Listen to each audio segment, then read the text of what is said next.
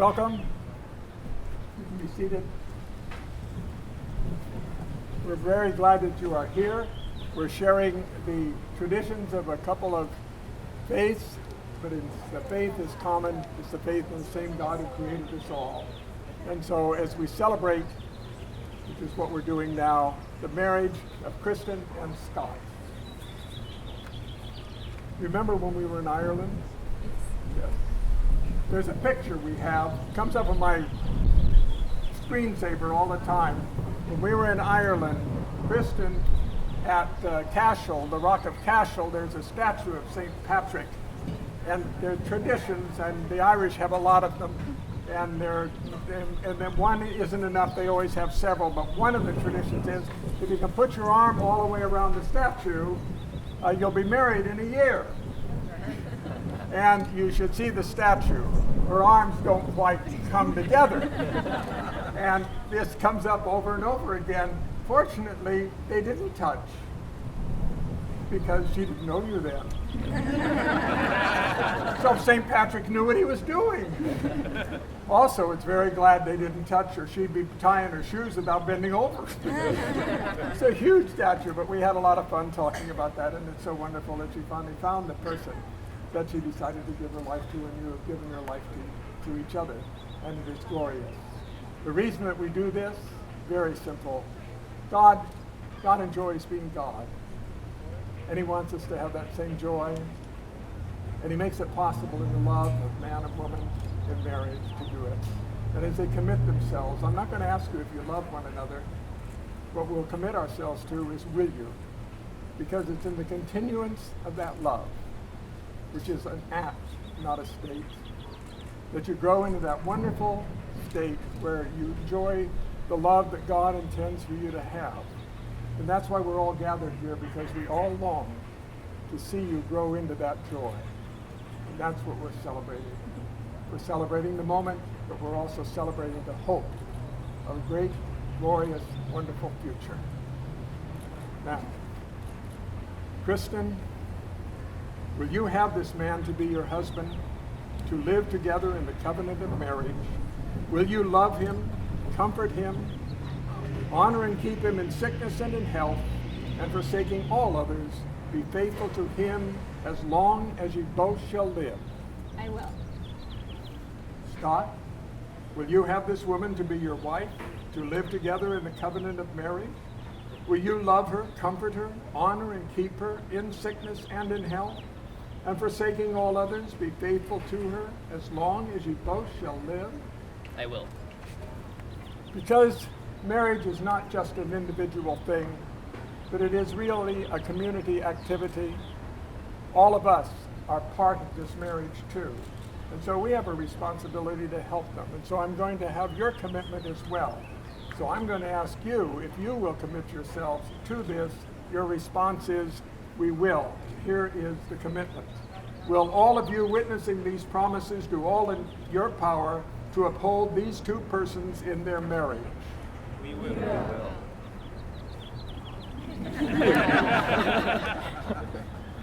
We didn't even have to take a vote. Kristin and Scott, there is so much joy here today.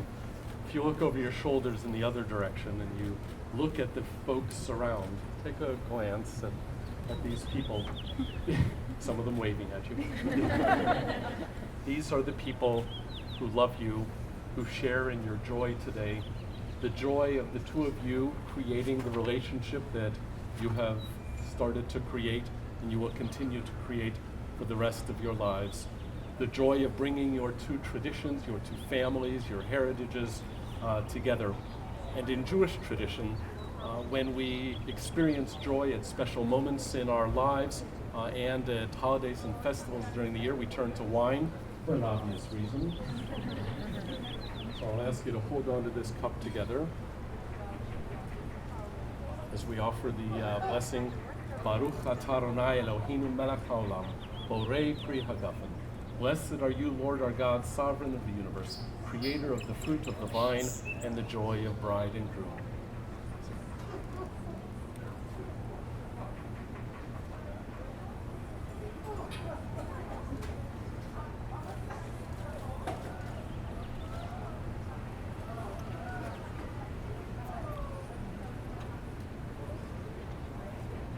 Kristin and Scott, you come to this chuppah, the wedding canopy of Jewish tradition, although I'm finding that it's happening at more and more weddings these days. And this chuppah represents two qualities that we hope your home will always have. First, there is a protective presence over you, a covering that represents our hope that your home, for the two of you and whoever enters, will be a place of safety and comfort. That no matter what's going on out there in the world, no matter what challenges there are, that the two of you will find in your home and with each other a place of safety and comfort. This chuppah is also open on all four sides, representing our hope that your home will be a place of openness, open to new experiences, open to new ways of seeing each other, yourselves, your relationship, open to everything that life has to offer the two of you. And so our hope today, is represented by this chuppah of our tradition, is that your home will have these two qualities, hopefully a little bit larger, but these two qualities, a place of safety and comfort and a place of openness, so that you can experience everything that life has to offer the two of you. In the name of God, In the name of God, I, Scott, I, Scott, take you, Kristin, take you, Kristin, to be my wife, to be my wife, to have and to hold to have and to hold from this day forward, from this day forward, for better, for worse, for better or worse, for richer, for poorer, for richer, for poorer, in sickness and in health, in sickness and in health, to love and to cherish, to love and to cherish, till we are parted by death.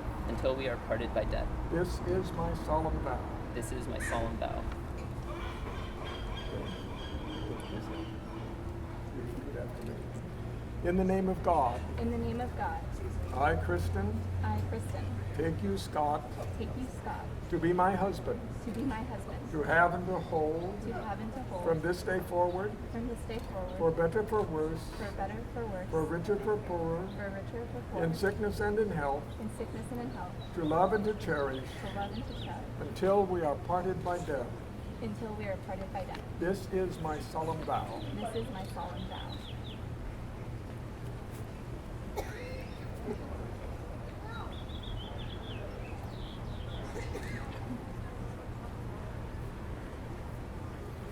Bless, O Lord, these rings to be signs of the vows which this man and this woman have bound themselves to each other, together. Amen.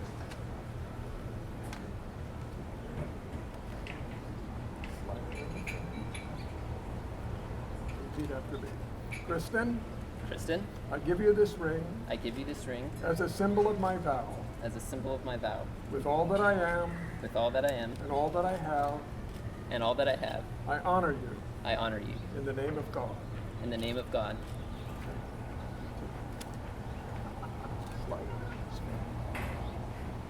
Say it. Scott, Scott, I give you this ring I give you this ring as a symbol of my vow, as a symbol of my vow, and with all that I am and with all that I am and all that I have, and all that I have, I honor you I honor you in the name of God. in the name of God.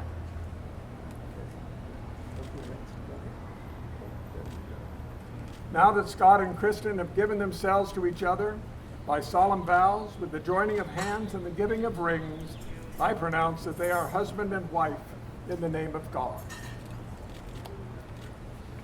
That's exciting. But we have more to do. First, we're going to offer a series of 7 blessings for the two of you. 7 because it is a symbolic number throughout, certainly, Jewish and Christian tradition. A number of wholeness and completeness, 7 days of creation, 7 days of the week, and at the end of the 7th blessing, a second cup of wine, because there's so much joy you can't hold it all in one cup. All praise to the Holy One of Being, creator of the fruit of the vine and the joy of bride and groom. All praise to the Holy One of Being, creator of all life.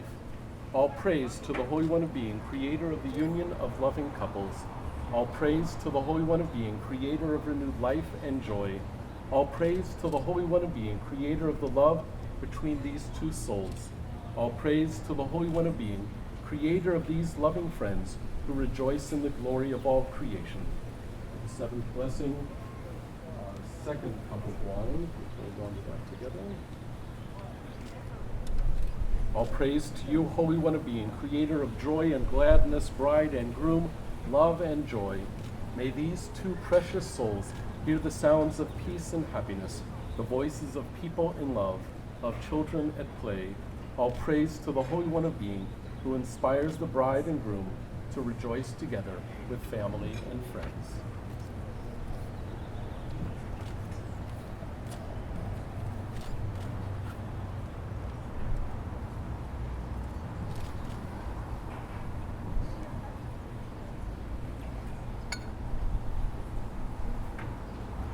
As you have shared the wine from these cups, so may you, under God's guidance, share contentment, peace, and fulfillment from the cup of life. May you always find life's joys heightened, its bitterness sweetened, and each of its moments hallowed by true companionship and love.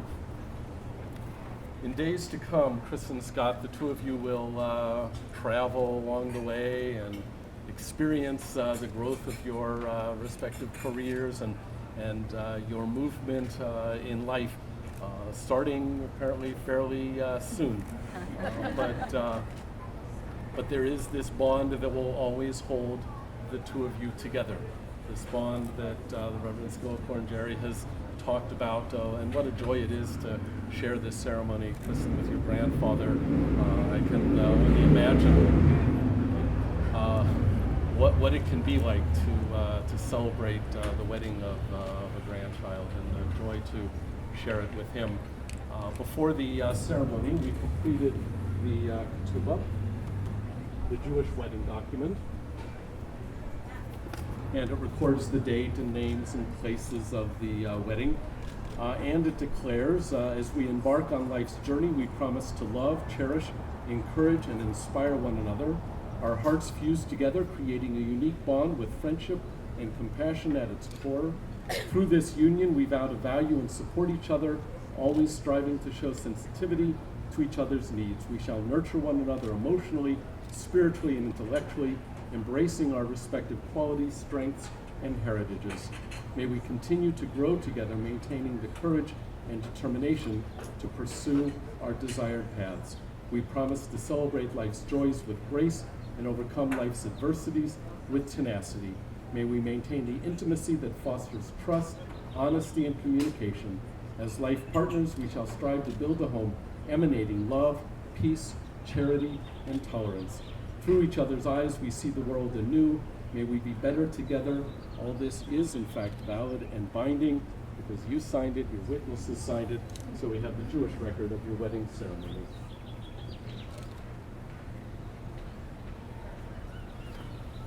I'm going to ask the two of you, if you don't mind, to stand very close together, especially now that you're actually husband and wife. That didn't take a whole lot of convincing.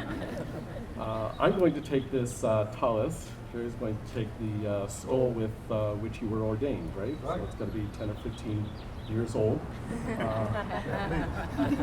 This tallis was created, as you know, at your request by my wife. A little bit by me, but 98% of it by her. It is in keeping with the colors of your wedding.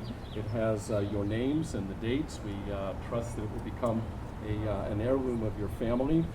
It's also got doves of peace in the corners. I'm going to take this and wrap it about the two of you.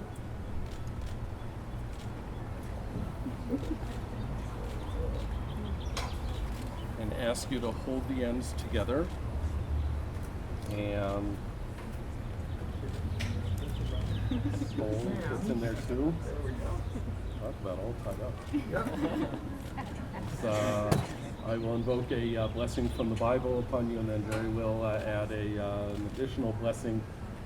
Yivarechecha Adonai v'yishmerecha. May the Lord bless you and watch over you in everything that you do. Ya'er Adonai panav elecha v'yichuneka. May God's presence shine brightly on you and be gracious unto you. Yisa Adonai panav elecha v'yasem lecha shalom. May God's presence always dwell with you and those you love, and grant you peace. Those whom God hath joined together, let no man put asunder. May the God whom we bless for all things preserve and keep you. The Lord mercifully with his favor look upon you and fill you with all spiritual benediction and grace, that you may faithfully live together in this life and in the age to come, have life everlasting. Yes, away for now.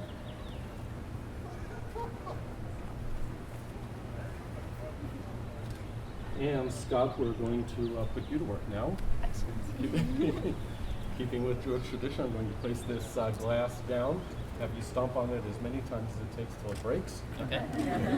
When it breaks, everybody's going to shout Mazel Tov or whatever they feel like shouting. Sounds good.